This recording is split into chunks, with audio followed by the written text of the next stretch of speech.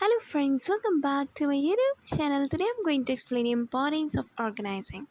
Okay, in our previous video we have discussed about what is organizing, what is the organizing process, and today we are here to discuss about organizing importance. Okay, I mean what is the significance of organizing? ठीक है, क्या उसकी क्या मतलब अहमियत क्या है, उसकी इम्पोर्टेंस क्या है.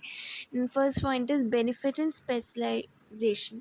क्या होता है कि अगर कोई भी चीज़ वेल ऑर्गेनाइज्ड है तो उससे एम्प्लॉयज़ जो है वो किसी भी एक पर्टिकुलर चीज़ में स्पेशलाइज भी बनते हैं. कैसे ऑर्गेनाइजिंग में क्या होता है, हर एक इंडिविजुअल को एक टास्क दिया जाता है. मतलब वर्क, टोटल वर्क में से एक छोटी छोटी यूनिट्स में डिवाइड किया जाता है. बताया था ना आपको.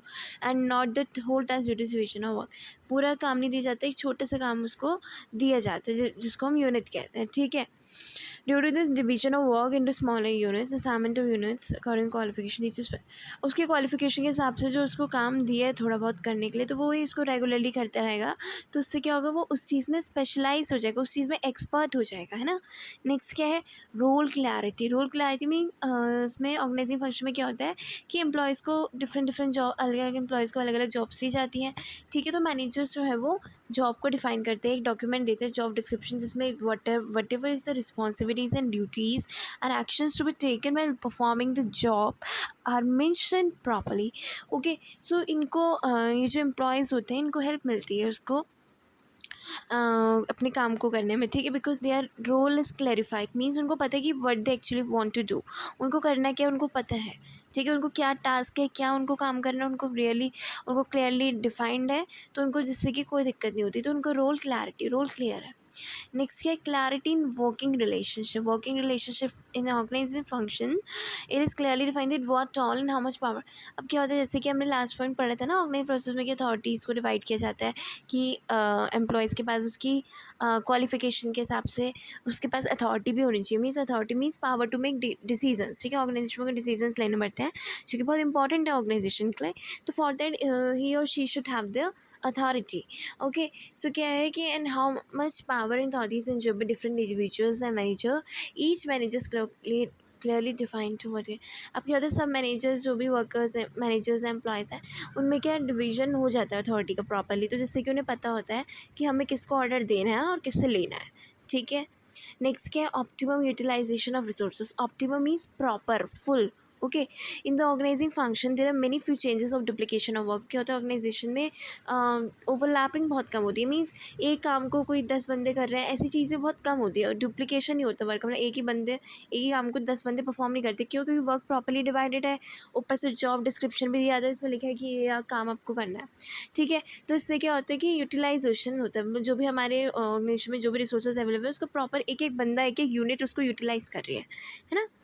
Next, coordination and the effective administration. Coordination भी बनता है कैसे, क्योंकि in the organizing function the similar relative job group and देखो जो एक से जॉब होती है उसको एक डिपार्टमेंट में रख देते हैं.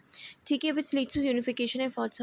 इससे क्या होता है कि सबकी एफर्ट्स और हार्मनी को, जो भी मेहनत कर रहे हैं एम्प्लॉयज़, जो भी मेहनत कर रहे हैं, उसमें एक यूनिक पहचान बनती है कि ये बंदा ये काम कर रहा है, ये बंदा ये काम कर रहा है. तो उसको एक अलग पहचान बनती है और उनमें एकता भी आती है. ठीक है. क्योंकि एक दूसरे से कोई जेलसी नहीं, सब अपनी कैपेबिलिटी के हिसाब से सबको जॉब मिली, उस हिसाब से सैलरी मिल रही है ना. ऐसा तो है नहीं एक ही बंदे पे लोड डाल दिया वर्क का. तो इससे क्या होता है कि इफेक्टिव कोऑर्डिनेशन भी होता है, हार्मनी भी मेंटेन में, प्यार भी मेंटेन रहता है. ऑर्गेनाइजिंग फंक्शन एस्टैब्लिश रिलेशन, तो डिफरेंट डिफरेंट डिपार्टमेंट्स के बीच में अच्छे रिलेशन भी बनते हैं, क्योंकि एक दूसरे को सेल डिपार्टमेंट परचेज में, परचेज सेल में, है ना. तो कुछ हर डिपार्टमेंट्स जो है वो किसी कहीं ना कहीं इंटरकनेक्टेड होते हैं, एक दूसरे पर डिपेंड होते हैं. Okay. Keeping in mind the coordination among different departments. ठीक है. तो कोऑर्डिनेशन को ध्यान में रखते हुए ऑर्गेनाइजेशन के एक दूसरे डिफरेंट डिफरेंट डिपार्टमेंट्स हैं जो है उनमें अच्छे रिलेशनशिप भी बिल्ड होते हैं. Okay. Next is adoption to change. Whenever the change is taking place in the business environment with the help of organizing. अब देखो कि जब भी हमारे बिजनेस इन्वायरमेंट में चेंजेस आते रहते हैं कुछ ना कुछ, तो इन चेंजेस को सिस्टमैटिकली अडॉप्ट भी किया जाता है. क्यों? क्योंकि क्या है, because organizing function creates different departments and group and ease. क्योंकि क्या है, जो अलग फंक्शंस, जो एक फंक्शन रिलेटेड उसको एक डिपार्टमेंट रख दिया, जो अलग जो एक से एक्टिविटीज़ है उनको एक डिपार्टमेंट में रख दिया. तो प्रॉपर्ली सब कुछ डिवाइडेड है ना. तो इससे क्या है कि अगर कोई चेंज आ भी गया हो तो उसको एक्सेप्ट करने में दिक्कत नहीं होती है. ठीक है. Systematically. Next is expansion and growth. Expansion means organization का एक्सपेंशन भी होता है और ग्रोथ भी होती है। कैसे? Without optimum utilization of resources and proper division of work and departments, company can meet the challenges and can expand active plan manner.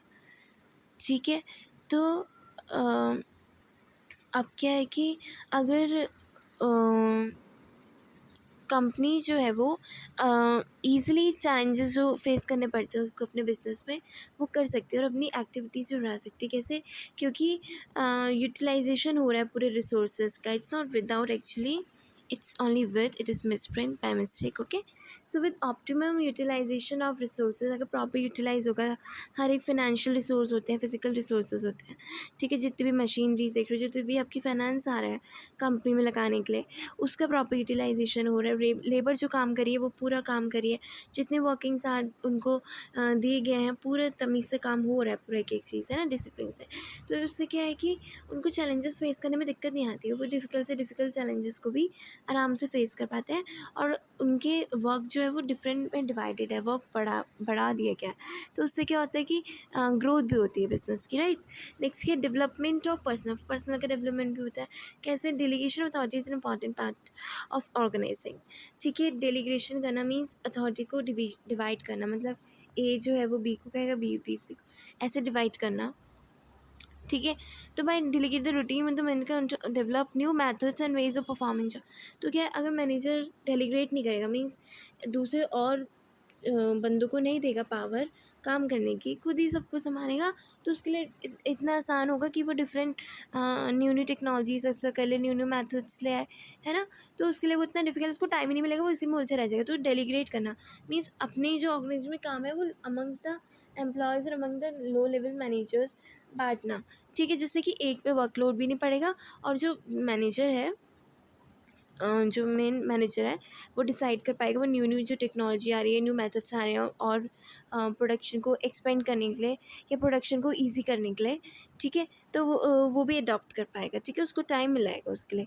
And areas for growth of the company, सब grow कहाँ किस किस area में growth मिल रही है, कहाँ कहाँ कौन सी ऐसी अपॉर्चुनिटीज़ मिल रही है जहाँ पे हम कंपनी की ग्रोथ कर सकते हैं, तो उसमें भी हेल्प होगा उसको।